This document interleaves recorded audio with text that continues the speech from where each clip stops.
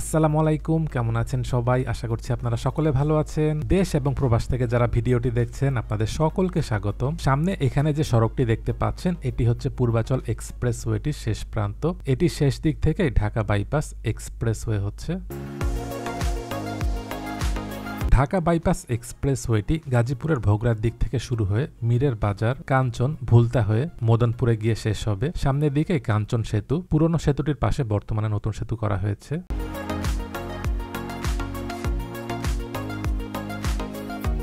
সামনে এটি হচ্ছে নতুন সেতু। নতুন সেতুটি 4 লেনের, নতুন এবং পুরনো সেতু মিলে এখানে হবে 8 লেনের সেতু। নতুন সেতুর উপরের অংশের কাজগুলো দেখা যাচ্ছে হয়ে গেছে। এখান থেকে সামনের দিকটি চলে গেছে ভুলতা মদনপুরের দিকে। এটিও ঢাকাতে প্রবেশের একটি গুরুত্বপূর্ণ রুট। পূর্বাচল এক্সপ্রেসওয়েটি হওয়ার ফলে বর্তমানে এখান দিয়ে বিপুল পরিমাণ যানবাহন চলাচল করে।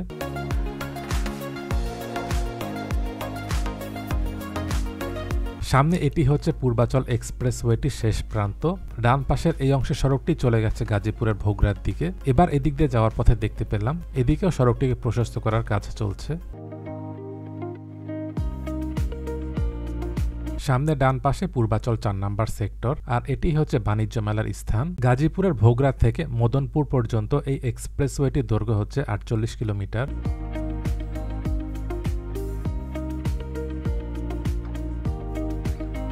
এবার একটু সামনে চলে আসলাম। এদিকের অংশে দেখতে পাচ্ছি এখানে যে মূল এক্সপ্রেসওয়ে হবে সেই অংশে ঢালাই এবং কিছু অংশে পিচ ঢালাইয়ের কাজগুলো হয়েছে। মাঝখানের এই দুটি অংশ হচ্ছে এক্সপ্রেসওয়ে আর তার দুপাশে এটি হচ্ছে সার্ভিস লেন।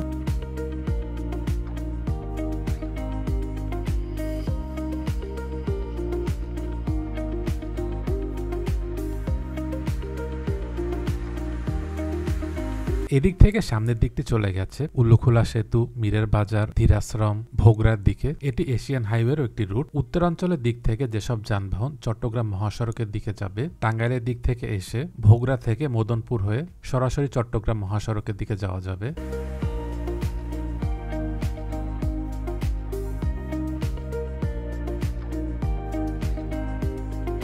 এবার একটু সামনে চলে আসলাম। এই জায়গাটিতে একটি আন্ডারপাস, সামনে পাঞ্জরা মোড়।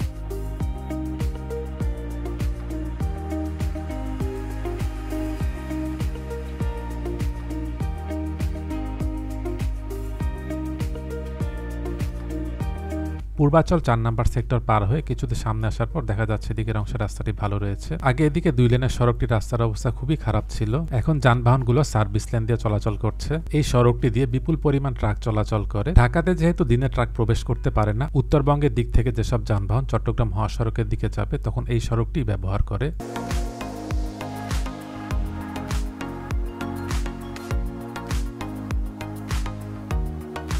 এবার চলে এসেছি উলুখোলা সেতুর দিকে। এখানে বর্তমানে যে 4 লেনের সেতু রয়েছে তার দুপাশে দেখা যাচ্ছে নতুন সেতুর কাজগুলো হয়েছে। দুপাশের যে নতুন সেতু এগুলো হবে সার্ভিস লেন।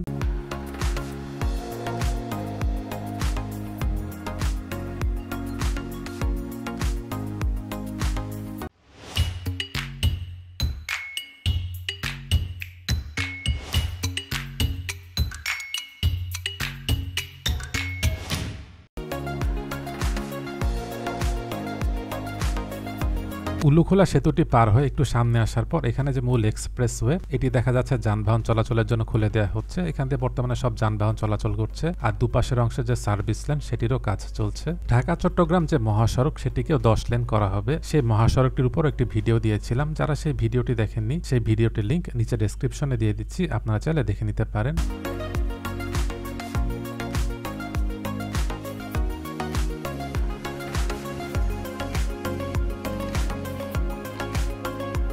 এখানে এই সড়কটির পুরো কাজ হয়ে গেলে যারা টাঙ্গাইলের দিক থেকে এসে পূর্বাচল, গুলশান, বাড্ডা, নরসিংদী এবং সিলেট মহাসড়কের দিকেও যাবে তাদের জন্য সুবিধা হবে।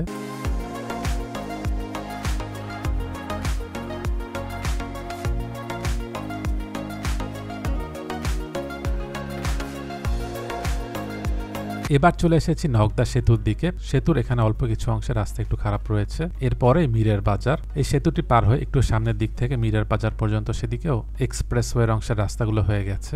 এদিকের অংশেও দেখা যাচ্ছে মূল সেতুর দুপাশে নতুন সেতুর কাজগুলো হয়েছে।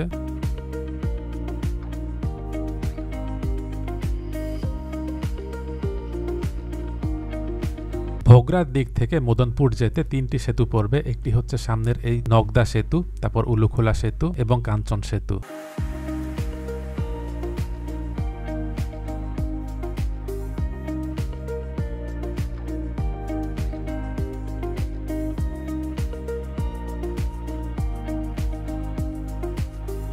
এবার চলে এসেছি মীরের বাজারের দিকে। মীরের বাজারের এখানের যে ফ্লাইওভার, এখানে র্যাম্পের অংশে দেখা যাচ্ছে কার্পেটিং হয়েছে।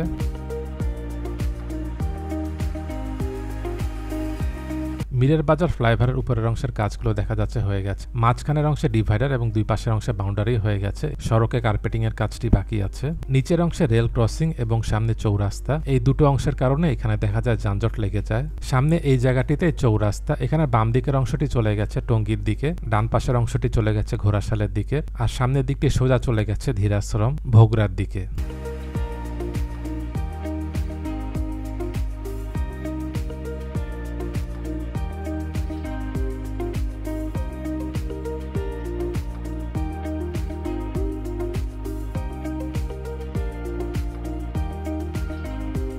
এদিকের অংশেও দেখা যাচ্ছে এক্সপ্রেসওয়ের অংশে সড়কের কাজটি হয়েছে। ভোগরা থেকে কাঞ্চন সেতু পর্যন্ত এই অংশে সড়কটির দৈর্ঘ্য প্রায় 26 কিলোমিটার। পূর্বাচল এক্সপ্রেসওয়ের কাজটিও হয়ে গেছে, আর সেখান থেকে জলসিঁড়ি হয়ে মাদানী এভিনিউ দিয়ে বাড্ডা, গুলশান, বনানীর দিকেও যাওয়া যাচ্ছে। ভোগরা পর্যন্ত এখানে পুরো রাস্তার কাজটি শেষ হয়ে গেলে রামপুরা, বাড্ডা, গুলশান, বনানীর দিক থেকে এই দিক দিয়ে খুব দ্রুতই টাঙ্গাইল মহাসড়কের দিকে যাওয়া যাবে। তখন বিমানবন্দর সড়ক টঙ্গী দিয়ে ভোগরার দিকে আসতে হবে না।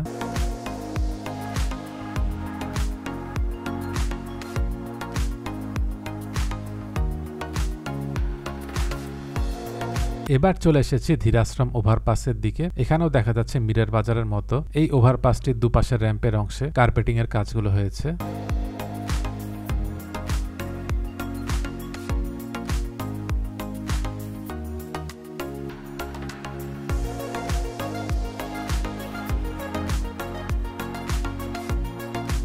অনেকদিন পর এই দিকটিতে এসেছি। এদিক দিয়ে যাওয়ার পথে দেখতে পেয়েছি এখানে এক্সপ্রেসওয়ের অংশে বেশিরভাগ অংশেই সড়কে কার্পেটিং হয়েছে। দুপাশের যে সার্ভিস লেন সেটিও হয়েছে। বেশ কিছু জায়গায় এখনো সার্ভিস লেনের কাজটি বাকি আছে।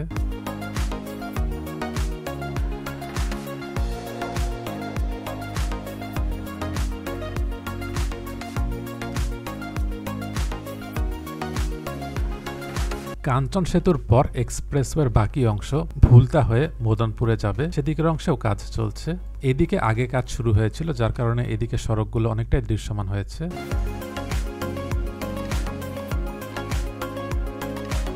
এবার একটু সামনে চলে আসলাম, আর একটু সামনের দিকে ভোগরা মোড়। এখানে দেখা যাচ্ছে সড়কটিতে বালু ফেলে লেবেল করা হচ্ছে।